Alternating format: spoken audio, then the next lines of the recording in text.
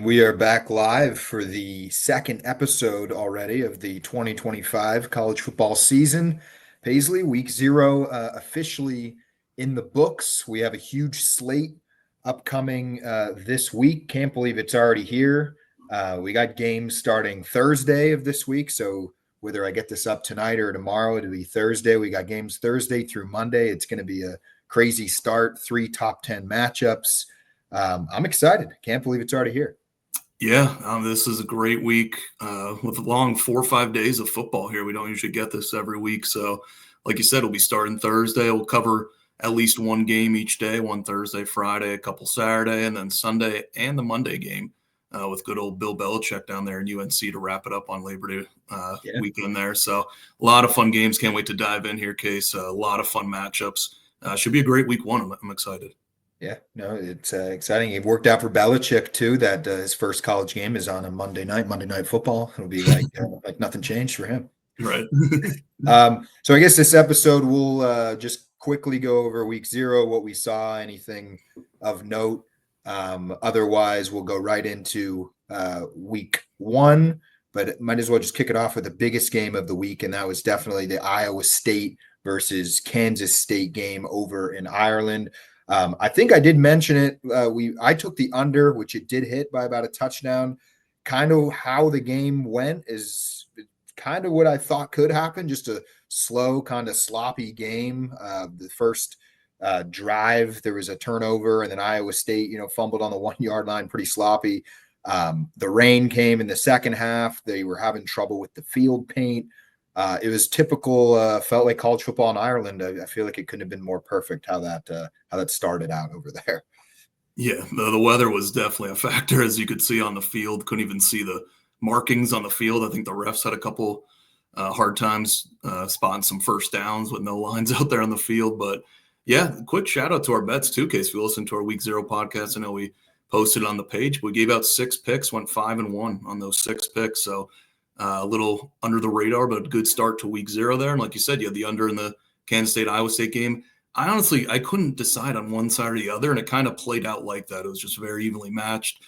Both sides just back and forth, very sloppy, like you said. A lot of games in week 1 as we just kind of do an overarching of week 0, very sloppy football. So kind of take that into week 1. It's still very early. These are college kids, a lot of new coaches, a lot of new turnovers. So expect a lot of slop. That's why I was seeing a lot of unders being played already in the market for this week 1. So the under, a couple unders hit, a couple overs hit with some bad defensive plays like in the UNLV game that I had as well. So, but yeah, don't be expecting things to maybe be firing on all cylinders here in week 0 / now coming into week 1.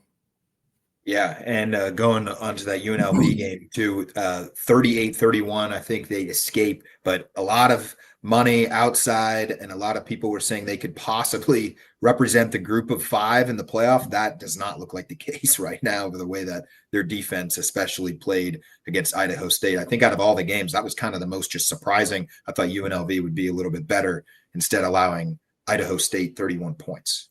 Yeah, that was probably the biggest takeaway I think I took away from week 0, because you want to take everything away. You don't want to be hot take or go away in one direction. But with a lot of new stuff, we were worried about Dan Mullins coming from the ESPN set down to now coaching. How buttoned up would they be? How serious is he going to be taking this? And that was not a good showing. Idaho State, not a good FCS program too in that regard as well. So when you're laying up to 30 points and you barely escape by a touchdown, that's never a good sign. So definitely interesting to see how they bounce back here week 2. I think they have Sam Houston State. A lot of people betting on Sam Houston. So will they bounce back? Or if it's 2 performances in a row, then maybe that's something to, look at down the road. And then Hawaii in the late game with the Mountain West in general, kind of, they got that win that wasn't pretty like a lot of these games, but they got the win. But Mountain West might be really down this year. It might be, love the hat there, Case. The Mountain West might be really down. And we're even going to talk about Boise here. I don't think they're going to be as great as they were last year. So just some things to keep in mind. Nothing just happened 1 week. It's not going to happen the rest of the season. But some of these topper teams, we'll see how Boise State looks playing the early game Thursday night. But could be a conference to maybe look to fade as you get later in the year, some of these teams. Yeah, and then capping off week 0 was the huge, enormous win there by the Rainbow Warriors, knocking off of Power 4 Stanford. We were both on it, Paisley. We both had Hawaii laying the points. It wasn't really pretty.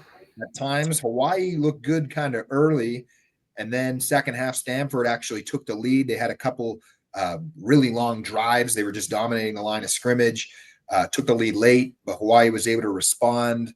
I think there was a late turnover, and then, of course, the walk-off field goal to win the game for Hawaii outright.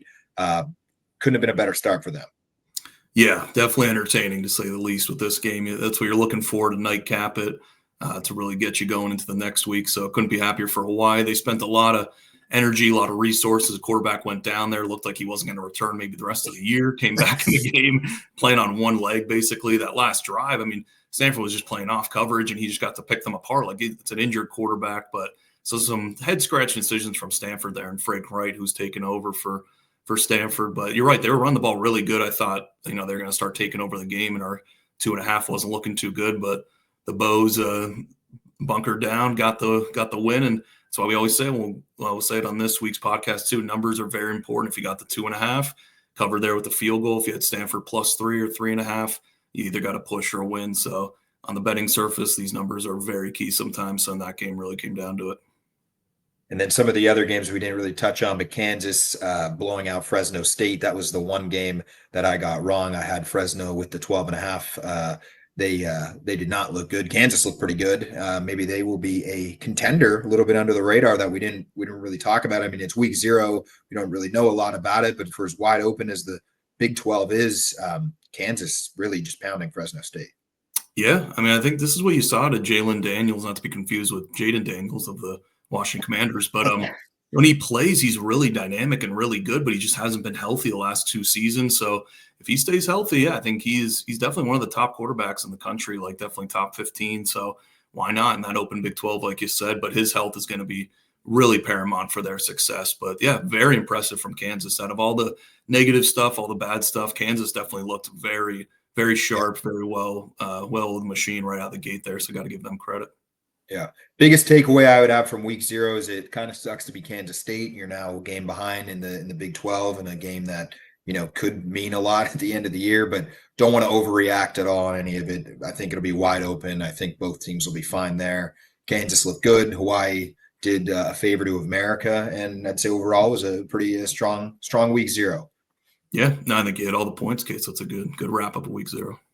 All right, might as well get right into week 1. We got about 9 games to go through, and then we got some best bets per usual at the end that we'll touch on. And then, of course, like every week on Saturday, we'll have our full slate of picks right here on our Twitter page that you guys could check out if you'd like. But first one, I guess this is Thursday, 5:30, first week 1 game, really.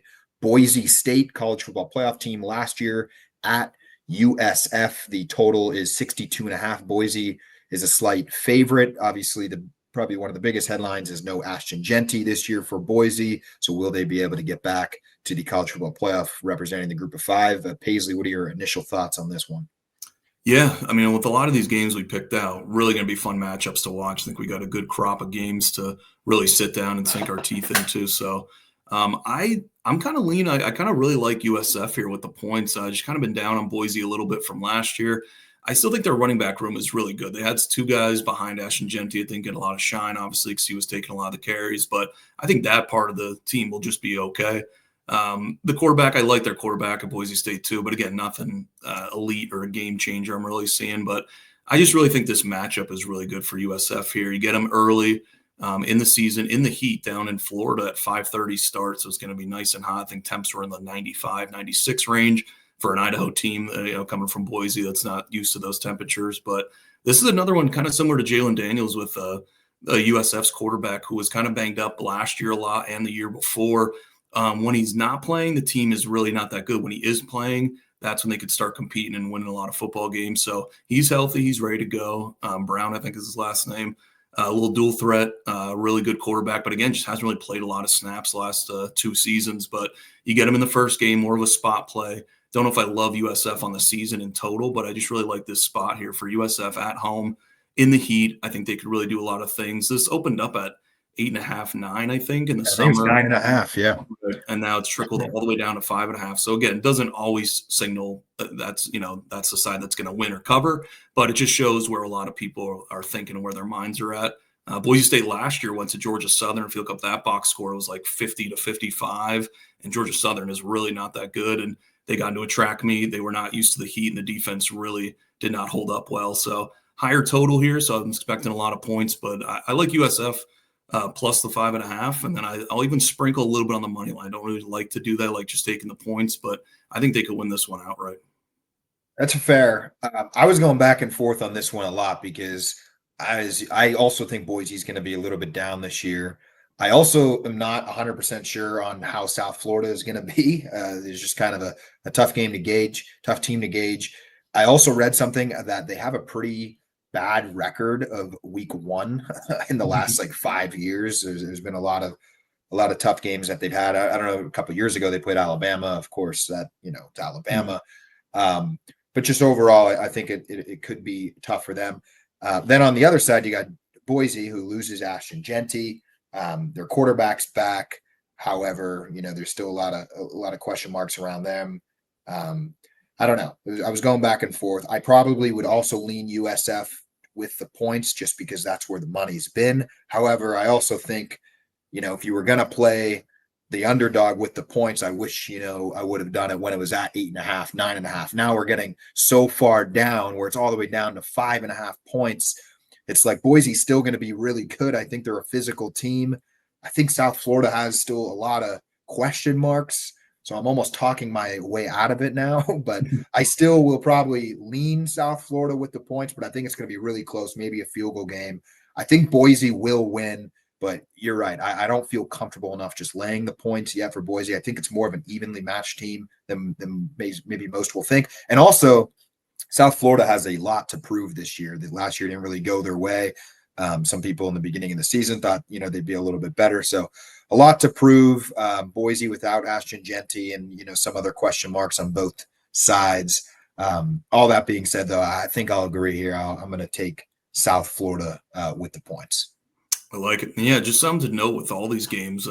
Week 1 is very special because these lines have been out forever and a lot of people are betting them. There's game of the year markets where it's more the big games later on in the year, but usually not every line is out for week 2, week 3, week 4 at this moment. So this board can be moved a lot. I'd really advise taking a look where it started, look where it's ending up, because you're right. When you could have got 7.5, 8.5, but now you're only getting 5, or if it goes down even more, you just don't want to be on the wrong end of a move like that where you're getting the lowest price or something like that. So be patient. It's hard too because we want to bet some football and stuff. But if a line is moved 4, 5, 6, 7 points, that's a lot for a football game. So just be very careful with jumping in at some of these low numbers, and then then you get screwed at the end, like that Stanford game if they lose by the correct amount of points that it opened at, but you don't get the win. So with some of these, just check the line movements for week 1, and then week 2 and on, everything will be fresh. It'll just be weeks at a time, so it'll be a lot better for us bettors here. Yeah, no, of course. A lot of these lines are based off of kind of how they ended last year, and it's going to be hard to gauge. Moving on, I guess we got Friday night, another home underdog, actually. Georgia Tech coming to Colorado. Georgia Tech is a 4.5 point favorite as of now. The total's 51.5. I guess Colorado, of course, losing Travis Hunter and Shedeur Sanders. They just named their starting quarterback this week. Caden Salter, I believe his name is, transfer from Liberty. It's going to be interesting. A lot of people think Colorado could fall off this year. Some people not so much with how open the Big 12 is. What are your thoughts, Paisley? Yeah, I mean, second game we're breaking down here, but Case is my favorite play of the whole weekend, honestly. I like Georgia Tech here, -4.5. I think this number is just too short.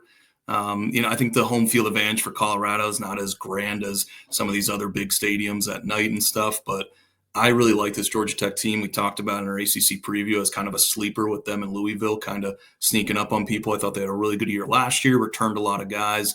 Really like the coaching staff, like Haynes King at a quarterback that took Georgia down to the wire last year late.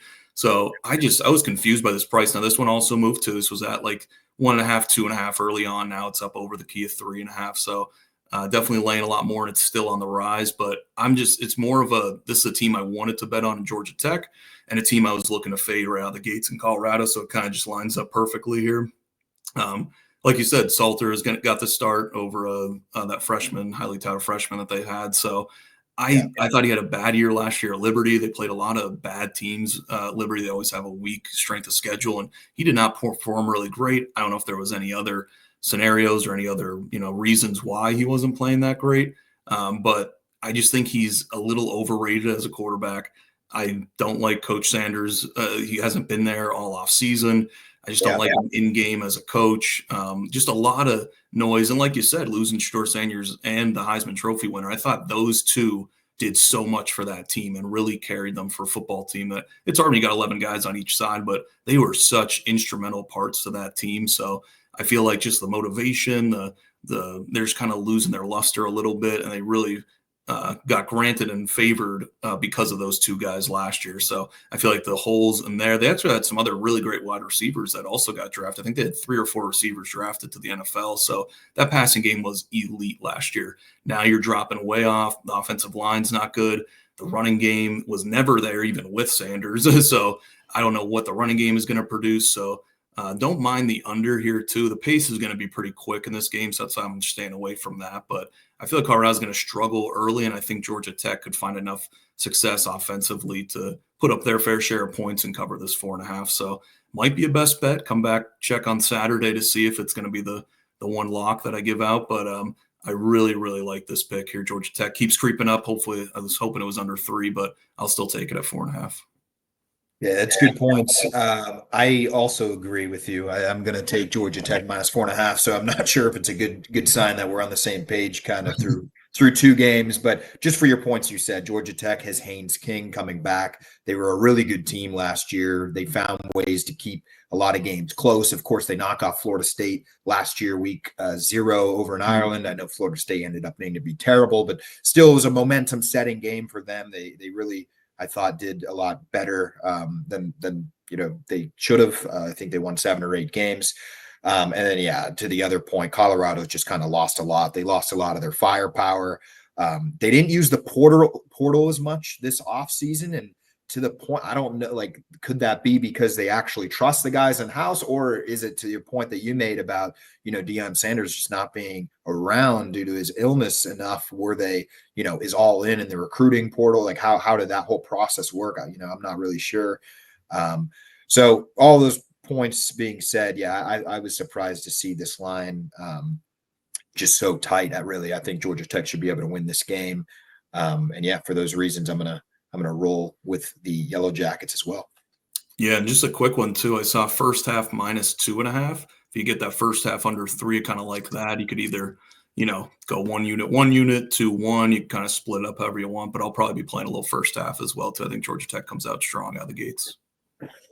Another Friday night game. This is interfering with the Georgia Tech Colorado game, but we got a little SEC Big 12 action. Auburn minus 2.5 at Baylor. Total is 58.5, and it's actually another home underdog. Baylor getting 2.5. So interesting how that's all shaping out to bet on.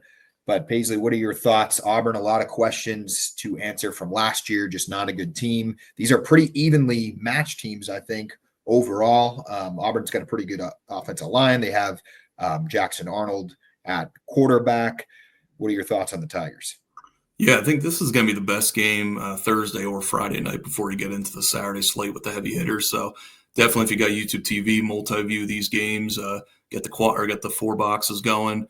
But I think it's going to be an awesome matchup. I think both these offenses are primed to have good days, so could be seeing a lot of points. A little bit higher total, 58.5. But my initial thought when I first was looking at this game a couple weeks ago, I really liked Auburn minus 2.5. Not a lot of movement up and down on this game. I'm just not a huge fan of Baylor this year, but a lot of people like them. A lot of people that I respect on doing the research and everything. So I think Baylor's primed to have a really good season. I think they have a really good quarterback.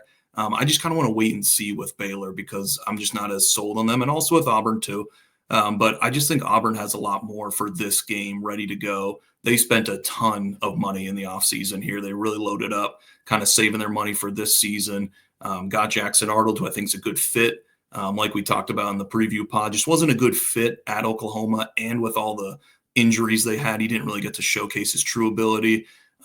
Didn't have great reports coming out of camp the last couple weeks with turnovers, with not really playing that great. That Deuce Knight, the backup as a freshman, was potentially, they were saying, could have started this game. So never know what to make of these coaches week one, if they're just blowing smoke or if they're actually believing that to maybe throw off the other coaches. So Auburn's got some great receivers that they got through the portal. One from Georgia Tech, actually, speedster on the outside.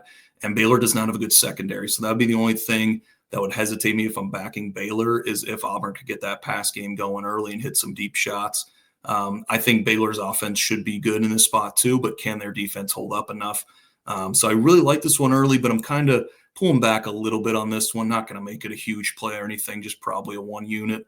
But yeah, I'm going to stick with the favorite on the road here, laying the short number. But I'll take Auburn. Nothing crazy, but I think they, in an exciting game, I think they get the job done at the end of the day.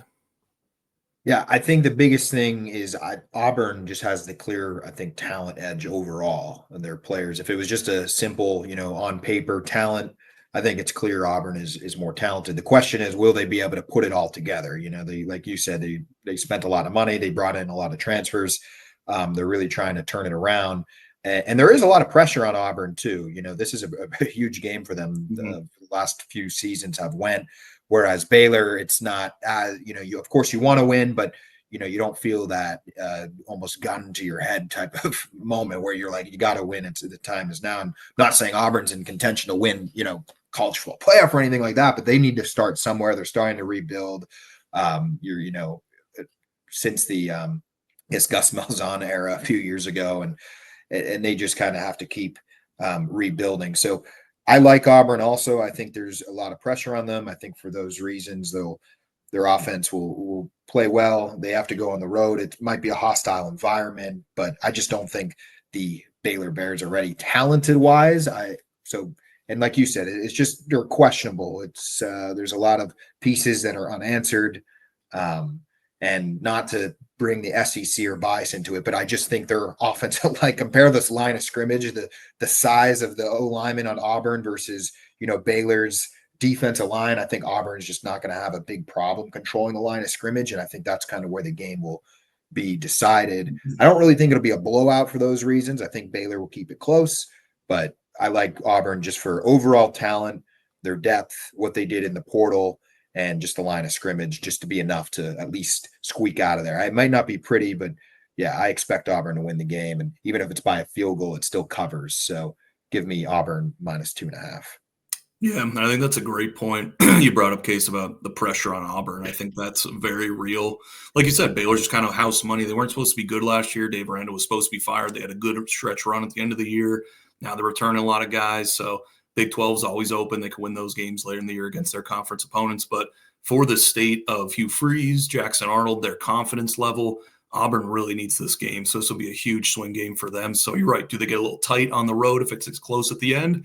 Or are they playing with that sense of urgency that they really need this game before they get into SEC play? It's a tough opener at Baylor. So not going to be easy for them. But yeah, I still like them to get the win here, hopefully. Yeah, anytime to go on the road week one is not fun. Next game on the agenda, arguably the biggest game of the week, one of our first top 3, top 10 matchups.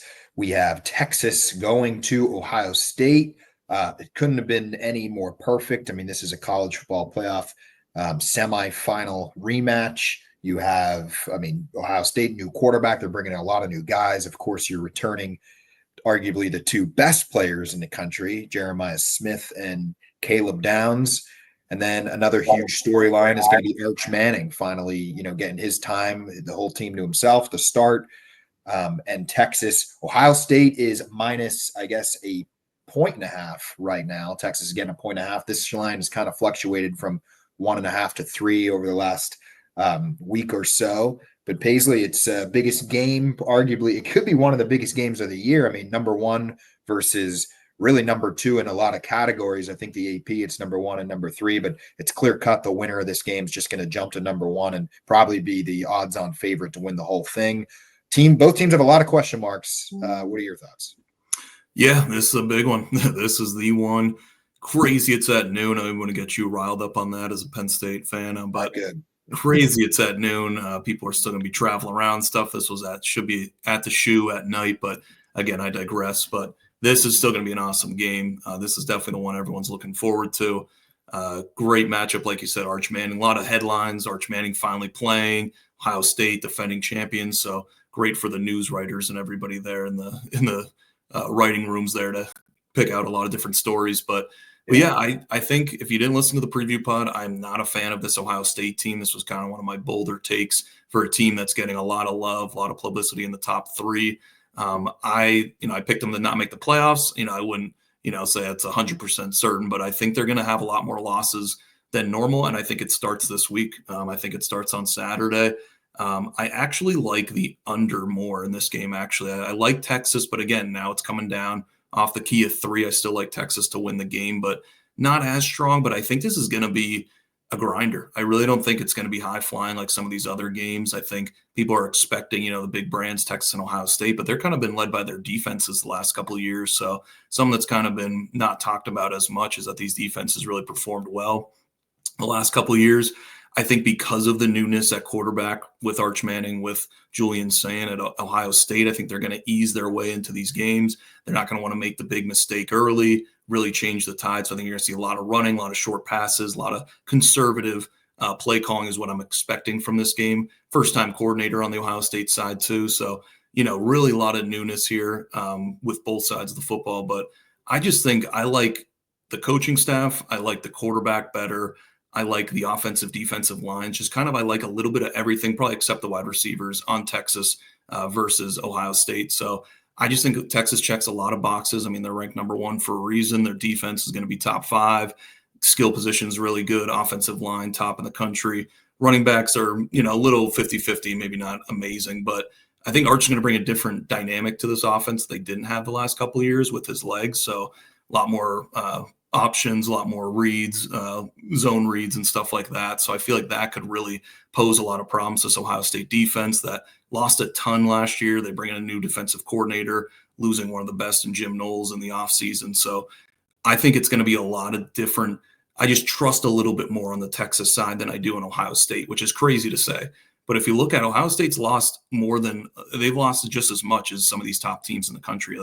They're in the bottom ranks in returning production. So had a great season last year, got all the way to the national championship, won it, but they spent a lot of money, a lot of one-year rentals, a lot of seniors. So I think you're not going to get that same exact team. Really good coordinators, really good coaching staff. So it was a really good season last year, but I think it'd be a mistake to think they're just going to repeat and reload and be right back to where they were last year and be head and shoulders above everybody. So for those reasons, I don't see Arch Manning lighting it up and going for 304 touchdowns and starting his Heisman campaign. But I think Texas wins a grinder here. I think they just do enough in the small areas, small key plays here, a couple field goals to get this to maybe like a 21-14 type game. But I think it's going to be a low scoring game. So I like the under as a nice play. And then I will be on the Texas plus 1.5 money line, whatever you like at that point. Yeah, I mean, I agree. Well, for starters, you're right. Jim Knowles, huge loss for Ohio State, went to a much superior school now. So congratulations to him and his family. Also, yeah, good point. I mean, coordinators all around, and Ohio State did lose a lot. They both lost a lot. I actually had a note here. Texas and Ohio State are 81st and 89th in returning production around the country. So right there. And but to that point too, Texas has a couple of those depth or key playmakers also around the field. I think they're overall, they might be a little bit deeper. They might have a little bit more firepower on that front versus Ohio State.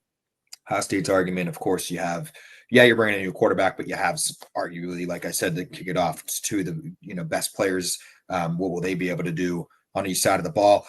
So I agree with a lot of your points, but this will be the first time I will disagree. I'm going to take Ohio State and lay the points. My tiebreaker is really just being at home. And I also think that, Ohio State, regardless, I know last year, they were a veteran team and they did have a lot of transfers come in, but historically, they've just been able to reload similarly to any other team like Alabama or, arguably probably second best behind Alabama in the last 10 years, just on a talent year in, year out being in contention. I know, we've had at the LSUs and we have the Clemson, but year in, year out, it seems like Ohio State's been able to reload. And I don't think we're going to see anything drastically different this year. Biggest knock on that would be, it is a new quarterback. Maybe Julian saying, it's just not the guy. I mean, we really won't know. I think both offenses are going to struggle. So I do like the under also. But I don't know. I just, maybe it's just my Big Ten having to play Ohio State and losing to them every year. But I just think that they will be able to reload. They're at home. Both teams want it. I mean, I know Sarkisian really needs it to that point, though, too. But in a close one, in a close, low-scoring game, I can't pick against Ohio State week one. I'm going to have to lay the points with Ohio State. In fact, even if it was, I'd probably stick with them even if it went up to -3. Anything more than that, I'd probably go back to Texas. But -1, -2, -3, I'm going to stick with the home team, Ohio State. I like it. Hey, a little head-to-head's not bad here. We're going at each other here. But and then just one point I wanted to bring up, too, is they did play last year late in the season. Everyone remembers that game. 28-14 was the final score. I think Sawyer had that late scoop and score with a couple minutes left.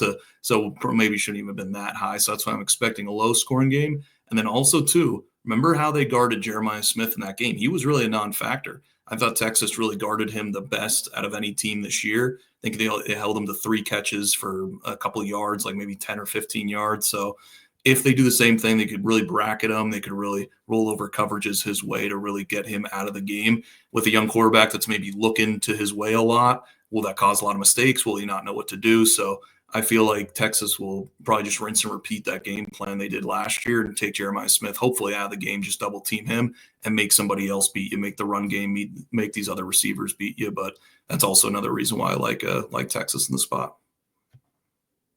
All right, so that was big noon. We got about 4 or 5 more games so far. Another not top 10 matchup, but number 8, Alabama, their top 10, laying 13.5, going to Florida State. The total is 50.5. I know, Paisley, we talked a little bit pre-show about this. You got Ty Simpson, Alabama quarterback, first start for him against, I believe his name is Tommy Castellanos for Florida State. I personally think Alabama is going to roll. I mean, I'll get back to that, but I can't see Florida State winning this game. I think it would be the most stunning outcome out of probably any result on our slate if they were able to win this game outright. But Alabama at Florida State, a lot of pressure on Kalen DeBoer also going into week 2, and also on the other side for Norvell after a disastrous 2-win season last year. But what are your thoughts? My initial gut, though, is Alabama shouldn't have much of a problem. Yeah, I'm in agreement with you here. I do like Alabama a decent amount, honestly. I like Alabama to roll here. They're my team. I'm really going to put a lot of chips on them this year and another team that we'll get to next game. But I really just like the makeup of this team. I love Kalen DeBoer. I think he'll really bounce back. Felt a lot of the problems they had last year were not really related to him and the players. I think it was more just kind of taken over from what Saban left and not really his system. It's hard to implement all that in 1 year. So I feel like he's got the right guys in place now. Florida State, I'm just not – I think last year – now, I don't think they're going to repeat with 2 wins, but I think that's just going to be more of the same. Like I think we've never seen a team like that in 40, 50 years go from highly ranked to 2 wins. So how do you recover? How do you respond going into next year? I know they're probably chomping at the bit to get back out there and prove everybody wrong. Tough matchup week 1. They do get them at home during the midday there. But, yeah, like you said, Tommy Castellanos from BC kind of looks like Kyler Murray a little bit, plays like him, a little undersized, but can run around a little bit. I just feel like you need to be a complete quarterback to beat a really good Alabama defense like this. He's going to probably struggle throwing the ball, which is not going to bode well in this game. So I feel like I don't mind, Florida State for the whole season. I think they'll be okay and still be a viable team. So maybe keep your eye on them. I think if they do get blown out here at home, everyone will be like, oh, same Florida State as last year, 2 wins. They're going to suck, bet against them every game. So it might not be exactly like that. So I'm interested to see how Florida State holds up here. But I do think Alabama, over the course of 4 quarters, I think it might be somewhat, 10-ish points throughout the whole game. And then Alabama kind of puts it on them late in the second half. But Alabama is one of my favorite teams this year from a betting perspective. So I think they get off to a great start here and roll in Tallahassee. Yeah, and I do give some credit to Florida State for not canceling this game, and just Yeah. playing like Alabama School of the Blind or something like that, like a lot of other programs are doing this year with the way the college football, playoff has been working. But no, I mean, I agree with most of your points. The problem is Alabama, they just have stars everywhere. I mean, I know last year was a little bit down and the fan base isn't going to be happy. And, I wouldn't either. The expectation with that type of rosters to make the playoff, but the result is Florida State just doesn't have near the depth, near the talent. I mean, Alabama might have one of the best defenses in the country. They have one of the most veteran defensive lines in the country this year. And I just think Florida State is going to be struggling to score. The one thing I will say, though, is if there was some scenario that Alabama did lose this game, I mean, that would be I don't know about you, Jared. What would be worse if you're an Alabama fan? Losing this game week 1 as a 13.5-point favorite against Florida State after last year, or their loss last year to Vanderbilt. I'm not sure what would be worse in the Alabama fans' eyes. I would say it would be this game just because the expectation now is even so much higher. I can't imagine a world that happens, but it would be, I think, a huge blow to Alabama if they were not able to win this game. Yeah, it's a good question. If it was Vanderbilt any other season, probably that game, but Vanderbilt did have a pretty nice season, so definitely took a little bit off the sting there. But yeah, I think the way the expectations are, you need to bounce back, kind of like Auburn. I mean, a lot of these SEC teams have a lot of pressures with their fan bases and everybody, but a lot of the top teams. But yeah, I think if they lose this one to how Florida State, how bad they were last year, things could get really, really hairy there in Alabama. I'd not want to be Kalen DeBoer working in Alabama, probably. All right, so we're on the same page, both laying 13.5 with Alabama on that one Saturday, 3:30. Into prime time Saturday, probably would be the marquee matchup if Ohio State, Texas wasn't a thing, but number 9 LSU going on the road at number 4 Clemson. Right now, Clemson laying 3.5 as of this morning, the total being 57.5. Of course, Brian Kelly, LSU hasn't won a home opener since pre-COVID. I can't even remember. That's a half a decade, if my math is correct there, Jared. It's been over 5 years since LSU's won a home opener. A lot of questions. LSU attacked the portal. I have a note here. They added 12 players in the portal. So they reloaded. Clemson is kind of relying on more of their in-house star power from last year. Both really good quarterbacks, Nussmeier versus Klubnik, so that'll be fun to watch. I'm interested to get your take here, but really both teams, a lot of pressure. Clemson, of course, has national championship aspirations, just with 3 or 4 other teams arguably could have had an argument for the number 1 team in the country preseason, and LSU is just trying to really get back to that, get back in the playoff, and they really need to win this game if you're Brian Kelly. What are your thoughts? Yeah, I mean, this is my other team with Alabama, 1A, 1B. I'd probably put Clemson up there too. Big Clemson fan this year. I think they show out here also in week 1 here. This one also kind of open, I think, 1.5, 2, now moving all the way up to 3.5. A lot of Clemson money coming in. But yeah, I just kind of like just the team overall. Again, kind of similar to my Texas handicap. I just trust more on this Clemson side. And now I get them at home in Death Valley at night. Should be an electric atmosphere. Brian Kelly's definitely pushing all the chips in for this game. If you heard any reports, he's putting up tiger paws in the locker room, really talking about this game like crazy. So that's just something to keep in mind also for the rest of the season with LSU. If they do not win this game, this could be like a Super Bowl loss, like, because they are pushing everything into this because they really want to win this game. And I know I respect like what he's trying to do, really get the hype up for it and really get their attention on it. But that's something you just don't want to do in a 12-game season, especially in football. That's very long, very methodical. So just keep an eye on that going later in the year, depending on how this game ends. But I just like Clemson here in the spot. I'd probably take it up a couple more points, even at the 3.5. But I really like Clemson here to put a stamp on it, show them that they're a legit powerhouse team here at home. I think they got some nice matchups on offense to really throw the ball nice on the outside. Got a lot of great receivers to throw to. Kate Klubnik.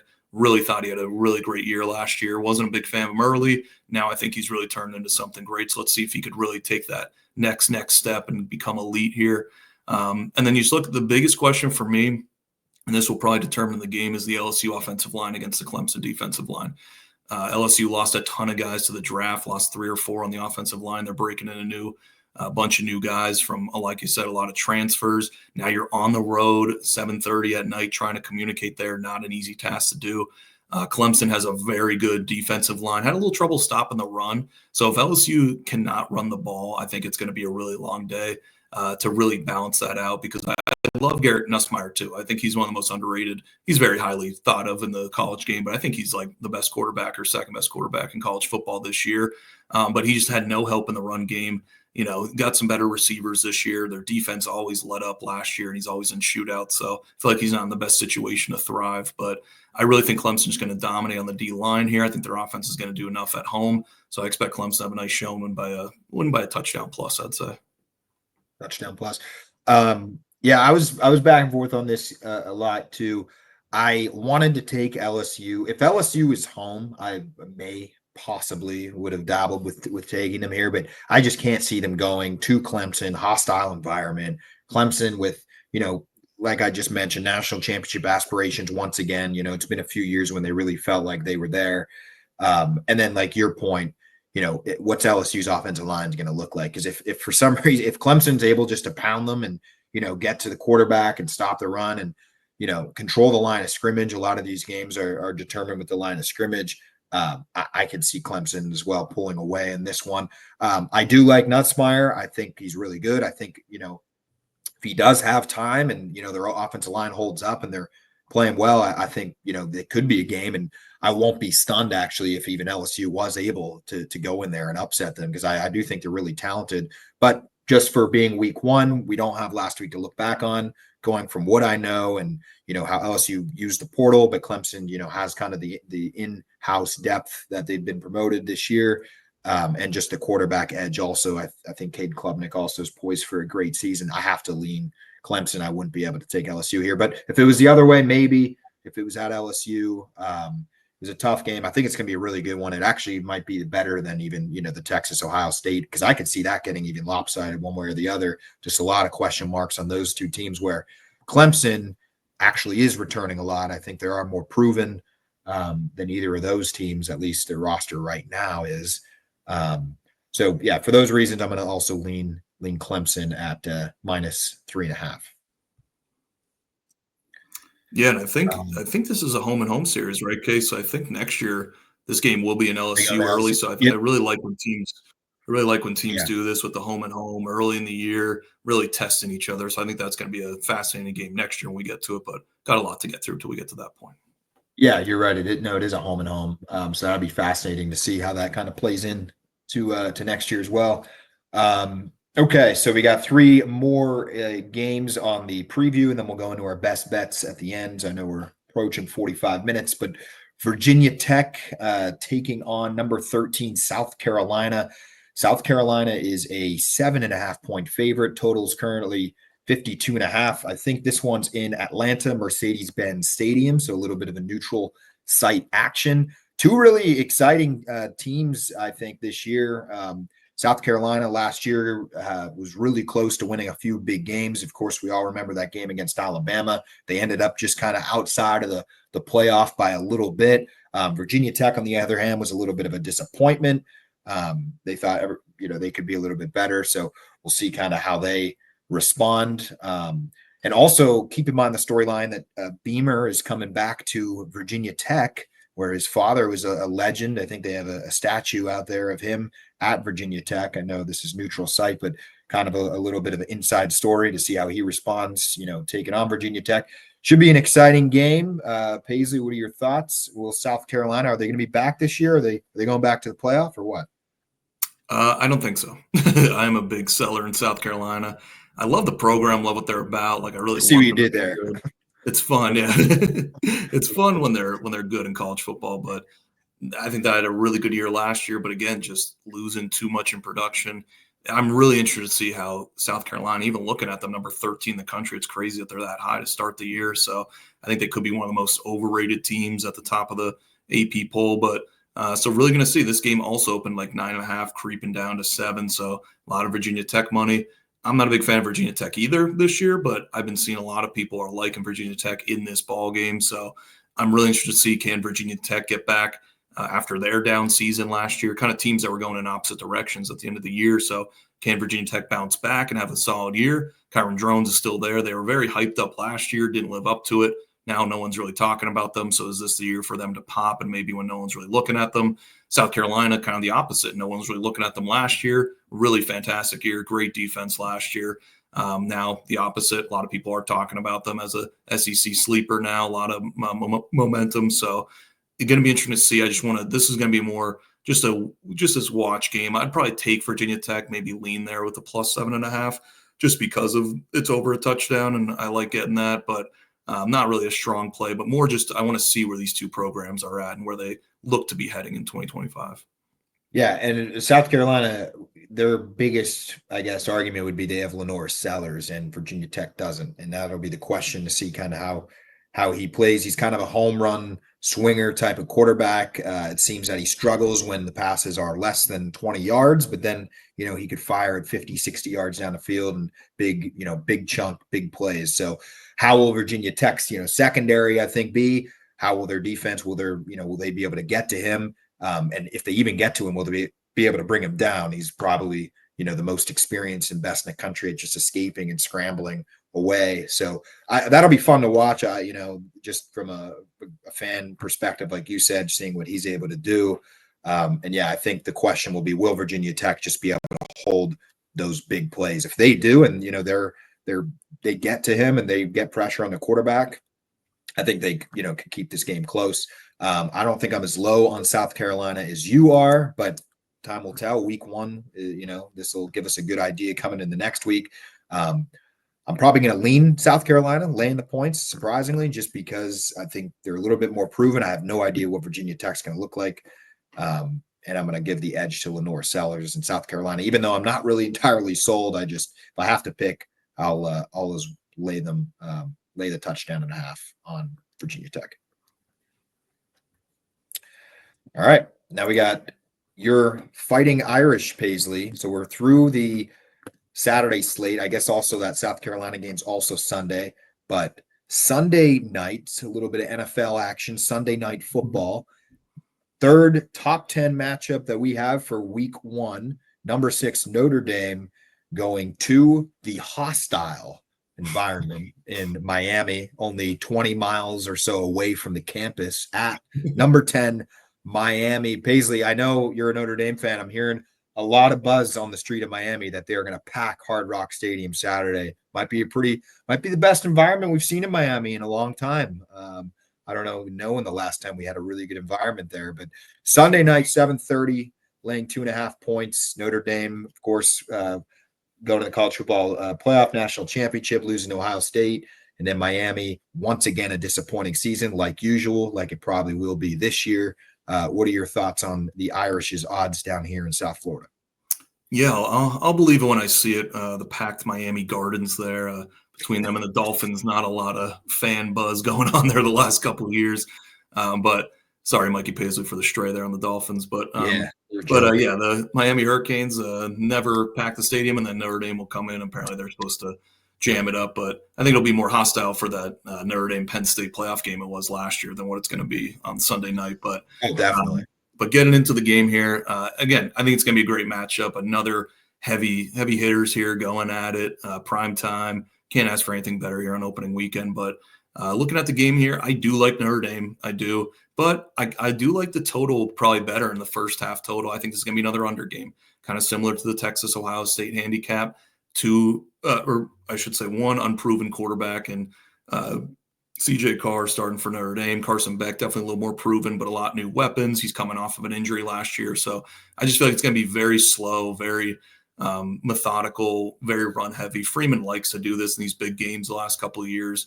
He did it twice against Ohio State. He did it against Georgia in the playoff game. He's not afraid to trust his defense, do the little things, run the ball, grind the game down. Texas A&M last year on opening weekend, if you remember that game. So I think it sets up well for Notre Dame if they play that style and don't get into a track meet with Miami. I think Miami's very improved. I think they did a lot in the portal that was nice. I like Carson Beck, as I said in the preview pod. I think he's one of the best quarterbacks in the country. I think he'll thrive in this system here, but I don't see him thriving in this game. I feel like the receivers are very new and underrated. I don't see Miami passing the ball really well in this game on Notre Dame because of Notre Dame's very good secondary. So I feel like the way to beat Notre Dame is to run right at them and beat them on the ground. Will Miami stay confident and, patient with that run game? That's going to be something to look at, because I think they can get into some trouble if they try and throw on this team. I think you're not going to see a ton of separation between the secondary and the Miami receivers. So I think you could be seeing a lot of incompletions for Carson Beck. And on the other side, I just, I do like Notre Dame in the game, but it's not one of my strong plays. I'm not, running betting crazy amounts in this game, but I think they're going to do enough well with a spread this low, not in a super hostile environment, to get the job done. And, I think they have a ton of talent. They have not had this much talent in years. They had a really good team last year. I think the talent's even better this year. The running game, the offensive line should even be a step above what it was last year. It was one of the best rushing teams in the country. So can Miami stop Notre Dame's rushing attack? That'll be something to look for. If they can't, this could be a really long night for Miami. If they could, I think they'll give them some chance to stay within the game and put some pressure on CJ Carr. But I really don't think he's going to have to do too much this game, Case. I think he's going to be able to hand the ball off, hit some short throws, hit some easy reads. Receiver room really bulked up for Notre Dame too. So I just feel like they're really going to rely on this run game and hopefully get off to a nice start, get a nice little lead. Then they could play ball control, let the defense eat a little bit. But I think this game just sets up here week 1 for Notre Dame, the little more experienced team, bring them back a little more. I think Miami will be better down the road. I think they'll get better as time goes on. But in this week 1 spot here, I do like Notre Dame as the better team here to get the job done. Not calling for a blowout, but I do think they're going to get the job done and cover the 2.5. And also like the first half under and like the full game under. I think it's just a little touch too high. I think it's going to be a little low scoring than people think. Yeah, I think that's the what they should do with CJ Carr, kind of get him in slowly, hand the ball off. They have one of the best, running backs in the country. I think, it will be interesting, the Notre Dame run game versus that Miami run defense. If Notre Dame's able to open that out, I could see this getting out of hand. And I really don't like the fact that we had a lot of agreements on the spreads. But I think I'm actually higher, I think, on Notre Dame than you are in this game. I just don't see Miami being able to keep it very close, because I just think Notre Dame is much more experienced offensively, their offensive line and their running back, that if they could get out to a lead, I just don't see Miami being able to kind of get back into it with the Notre Dame defense.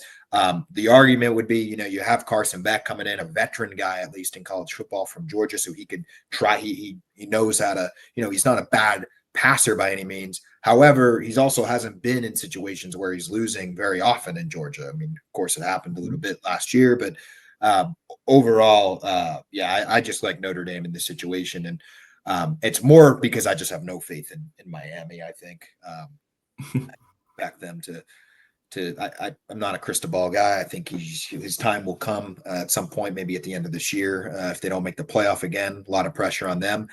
But this is a big game for Notre Dame, because you do have A&M next week.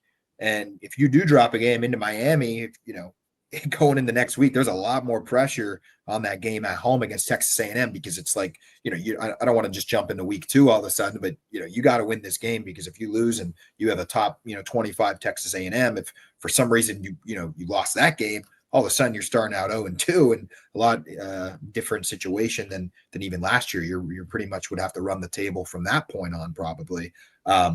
I don't foresee that happening, though. I do like Notre Dame in this one. I want to. It'll probably be on my Saturday slate, honestly. Notre Dame -2.5 if it stays there. So yeah, give me the Irish in the hostile environment of Hard Rock. I really hope there's some fans there, because be disappointment if all the way, got Notre Dame coming, an old rivalry, Notre Dame, Miami, Catholics versus convicts action, and hopefully the fans show up. Yeah, I mean, last time they played, I think it was maybe like 2021 or something. I think we were back in college 2019. They did pack the stadium. It was the loudest and most jammed I've seen Hard Rock Stadium. So I think there'll be a good turnout. That when Notre Dame, that was big. Miami won that game, right? Like 41. Yeah, that was they got blown out. So they do not have good times going down to Miami. There's a lot of stats coming out this week. They're like 0-8 straight up against the spread, everything. So I think it's a different Notre Dame team, different Miami team from back in the 80s and 90s. But I think they rewrite it here and do enough. But that's a good point with the pressure too. We've been talking about some of these teams. Notre Dame definitely has more pressure to win this game week 1 than Miami, because they have more chances in the ACC and don't have as brutal of a second week game. So you're 100% right. Notre Dame definitely needs this game a lot more. Miami still has their season in front of them if they don't win, but still have a good showing. Yeah, exactly. Yeah, that's a good point. Okay, so then we got, I guess, our final game. So we're going to try to get this wrapped up around an hour here. TCU at UNC. Paisley, glad you put this on the slate. We got Bill Belichick, first-time college football coach, never coached at all. It's going to be the first time that he's on the sideline. I believe that's true, at least, of a college football game as a coach. I read a few things that UNC could be one of the biggest mysteries in college football this year. So we'll see if that's true. They also lost, a lot of guys, not a ton of guys, but a good amount of guys. They lost Amari and Hampton, their star running back. They lost a couple of their receivers from last year. So UNC did have to use the transfer portal quite a bit this offseason.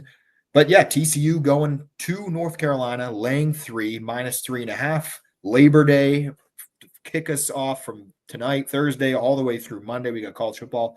The final game of the week, TCU at UNC, total 56.5. Paisley, how's Belichick going to do in his first outing as a college football head coach? Yeah, a lot of great storylines. Will Jordan be in attendance? Will she have a headset on the sidelines? We shall see.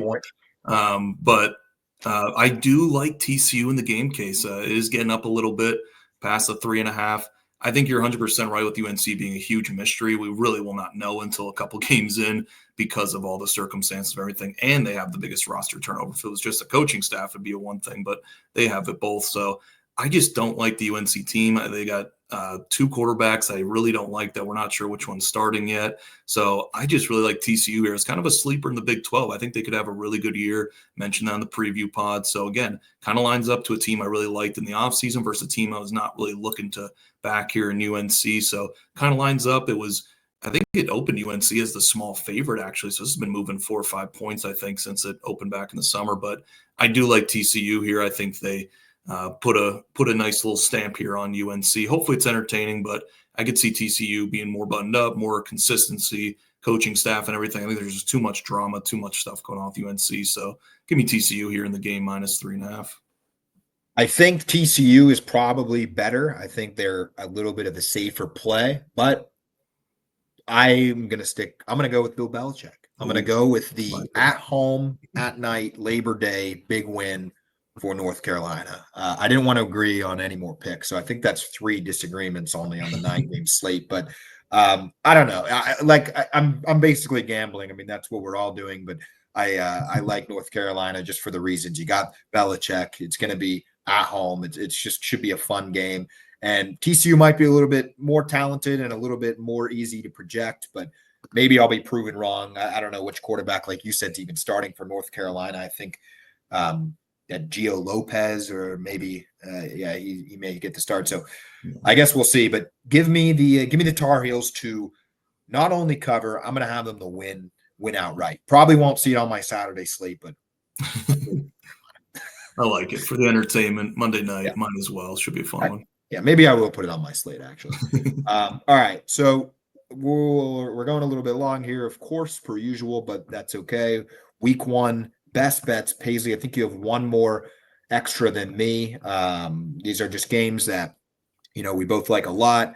Haven't touched on these teams yet. So, Paisley, I'll let you kick it off. What are some of your Week 1 plays? Yeah, just some games, we haven't touched on. Looking to give you guys as many plays as we can here before we release our cards on Saturday with all the full plays. But I like Rutgers here, -15.5. This one has moved up a lot, too. This was at 12-13, now getting up over 2 touchdowns, playing against Ohio. Rutgers is at home. Ohio had a ton of turnover, lost their head coach to Charlotte, which I actually do like Charlotte in their Week 1 match. I think he's a good coach. So just lost a ton at Ohio, really good MAC school last year. Now they travel to Rutgers, who I think just matches up really good here with their run game, with their defense, the style of play they want to do. Ohio does not have a good defensive line, so I think Rutgers is going to be able to run all over them. So give me the Scarlet Knights laying a big number here. I think they put up a ton of points, have a good showing. Not sure they're going to do the rest of the year, but I do like them here in Week 1 to win by 3 or 4 scores. Like it. Little Rutgers, Ohio. I don't think not many people probably have that on the radar for being a big game, but I love it. Kick off Week 1, a little Big Ten, -15.5. I got Missouri laying 36.5 points versus Central Arkansas. And before, anyone's asking, actually, once in a while, I'll take these huge spreads, not often, but we got a situation where former Penn State quarterback Bo Pribula has transferred to Missouri. He was not named the starter. They're going to do a first half, I think, Pribula. Second half will be Sam Horn, quarterback Missouri. I think both quarterbacks have played pretty well. I think it's a good problem to have if you're Missouri. I don't think it's a situation where you're not satisfied. I think they're actually in a pretty good spot with both of those guys, and I think they have a lot to prove. I think they're going to keep the offenses going. I think we're going to see late in the fourth quarter, whoever the quarterback is at that time, continuing trying to make plays. And for that reason, I just think Central Arkansas has been caught in the crosshairs a little bit by a little bit of quarterback competition. So give me Mizzou to light up the scoreboard. I'm talking, 50, 60 points. I like that case. That's a good research nugget there. Very nice to bring to the table there. And you do love watching Central Arkansas football. You're big, watch that every week, so you know that team inside and out. But yeah, I like that. I like that little clip. First half. Yeah, shout out to Central Arkansas. I apologize. But next play here, I just realized too, Rutgers is on Thursday as well. And my next game here, getting into Buffalo, Minnesota, is also on Thursday, I think. So, again, if you want to get these picks in, make sure you listen to the pod here when it comes out. But I like Buffalo plus 17.5. I also alerted to this one in the preview pod, but not a big fan of Minnesota. I do like Buffalo as number 1 or number 2 in the MAC this year. I think they have a really good defense, good run game, suits up well going on the road to Minnesota. Minnesota just doesn't really blow out a lot of teams. They don't really have that style of offense. They play very slow, run heavy. So I think they're going to stay well within the number here at 17.5. On the road, have a good showing. And I also do like the under 2, not an official play. I think it was 44.5. So if you want to pair those both up, but really do like Buffalo here. Don't be surprised if they pull a little upset. I think they could really keep it close and maybe pull off a big shocker there in Minnesota. That'd be a big one. 17.5 point dogs go out and win. Buffalo is not a team to mess with, though. You're right. They show up in some of these power games. I've seen it a few times. I remember just a few years ago, they played Penn State pretty tough. It was like 13-13 in the end of the first half or something like that. So, yeah, Buffalo, certainly no joke. I am going back to the Big Ten. I'm actually going to lay the points this time, again, with Maryland at minus 14.5. Maryland is not a good team. I don't think they're going to be a good team really this year. We have Mike Locksley, I think, coming into his 7th season. I think he's probably on the hot seat there.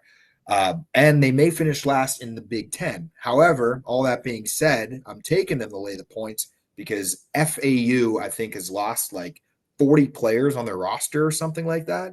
They are replenishing almost their entire team. I think they only have 2 starters coming back or 3 starters.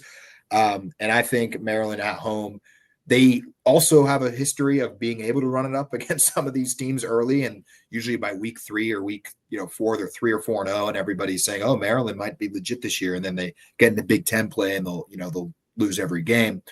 So for those reasons, I'm going to take Maryland to roll it on FAU, lay the 14.5. I think they win by at least 3 touchdowns. I like that. Yeah. And I do like the over in that game too. FAU, like you said, has a ton of turnover, but their offense should be good. Defense is really, really bad. So I think you're right. I think Maryland's going to score a ton of points. A nice little correlated play there. So I have to agree with you there. Next play, I'm going to also stay in the Big Ten here. I'm going to go Northwestern plus 6. This one moved down off of 8.5. I think it opened up at Tulane. They're going down to Tulane. Kind of a weird matchup week 1 here for both these schools, but I like Northwestern here as a sleeper in the Big Ten relative to their own season, not as to win anything or do anything crazy in the Big Ten. But I think Northwestern is going to surprise a couple of people this year. Got Preston Stone, who got lost in that shuffle at SMU with Kevin Jennings winning the job. I think he comes in. He's healthy. He wasn't healthy the last couple of years. Really solid quarterback. I like what they're doing at Northwestern. It's kind of a school that doesn't really get a lot of publicity, a lot of shine. So I think this could be one here. I actually do like them to win outright too in this one, but I'll take them plus the points. Really down on Tulane this year. I think they're kind of a mess. Really good season last year, but lost a ton of guys. Brought in Retzlaff, that BYU quarterback, super late in the process because they didn't like any of their quarterbacks. So not a good sign there. So give me Northwestern to get a nice win for the Big Ten there in week 1. All right, you heard it there. Paisley's picking Northwestern to make the college football semifinal. Playoff That is semifinal. correct. No, I like it. Good boy. I don't know a whole lot about Tulane's roster situation right now, but yeah, I'll definitely take your word for that. Go with Northwestern +6. My third pick here of just these week one best bets that caught my eye off the initial look. Give me Utah laying 5.5 versus UCLA. I am just not high on UCLA. I think them and Maryland could honestly fight it out for bottom of the Big Ten. I think they'll be a little bit better than Maryland, actually. But all in all, I think Utah's in a better spot. I think they're going to be a lot better than they were last year. A little bit of old Pac-12 teams. Now they're in different conferences, so you got that going on. But no, give me Utah. I think they're in contention for the Big 12 this year just for how wide open it is. I know there's a lot of question marks, but I expect them to be able to beat UCLA by at least a touchdown, and that would cover the 5.5 we need. So give me the Utes -5.5. I like it. Yeah, we do not talk about what we're picking and everything before the show, but Case, this was close to my fourth pick. I was very close to putting Utah in there, so I really like them as well. So I'll give that a double stamp there. On my last pick here, I'm going to go with Oregon State, one of the remaining Pac-12 teams. Oregon State money line here against Cal. They're on the road at Cal. If you listen to the preview pod, we gave out Cal as a best bet under 5.5 wins. I just don't like what's going on at Cal right now. I think Oregon State, too, could also be a little sneaky team, kind of like Northwestern. Kind of be a really solid team. I like the way their schedule breaks. I think they get off to a good start here. So I'm just really surprised that they are only laying a short money line of -120 here. So this game was kind of moving around a little bit, but Malik Murphy from Duke is the new starting quarterback at Oregon State. I really like what they're doing. I thought they were going to go down the dumps after Gianno Smith left for Michigan State, but they're kind of rebounding nicely and somebody that not really is being talked about a lot, but I like Oregon State. This one's late. I think it's 11 p.m. Eastern time on Saturday night. So if you want a little late night action, I do like Oregon State there going to Cal and getting the win. I love it. I love betting on any of these remaining Pac-12 teams. Also, news that we didn't cover in the offseason. I guess the Pac-10 or Pac-12 or whatever we want to call it will be back, I guess, next year or starting 2027 maybe. They got at least, I think they needed 8 football programs, and I think they have 10 total. They have a couple, I know Gonzaga joined and a few other teams. So that will be fun to watch. So, yeah, big shout out to Oregon State and Washington State over there. We're not forgetting about you guys. And the fun fact, they are playing each other twice this year, which is crazy. Oh, that's right. So they're awesome. doing a home and home in season. That's going to be awesome. I actually really like that a lot. All right. Well, I know we're a little bit over again, hour 7, but we did cover week 0. So moving forward, we're probably just going to be doing like a 15 to 20 minute preview on Sunday/Mondays to just recap the week. And then on Wednesday, Thursday will be our initial preview like we did this of all the games. So those should be around, 45, 50 minutes or so. But Paisley, any final words of wisdom going into week 1? No, just wish everybody best of luck. Happy to be back. Can't wait for week 1. Going to be awesome. See everybody next week.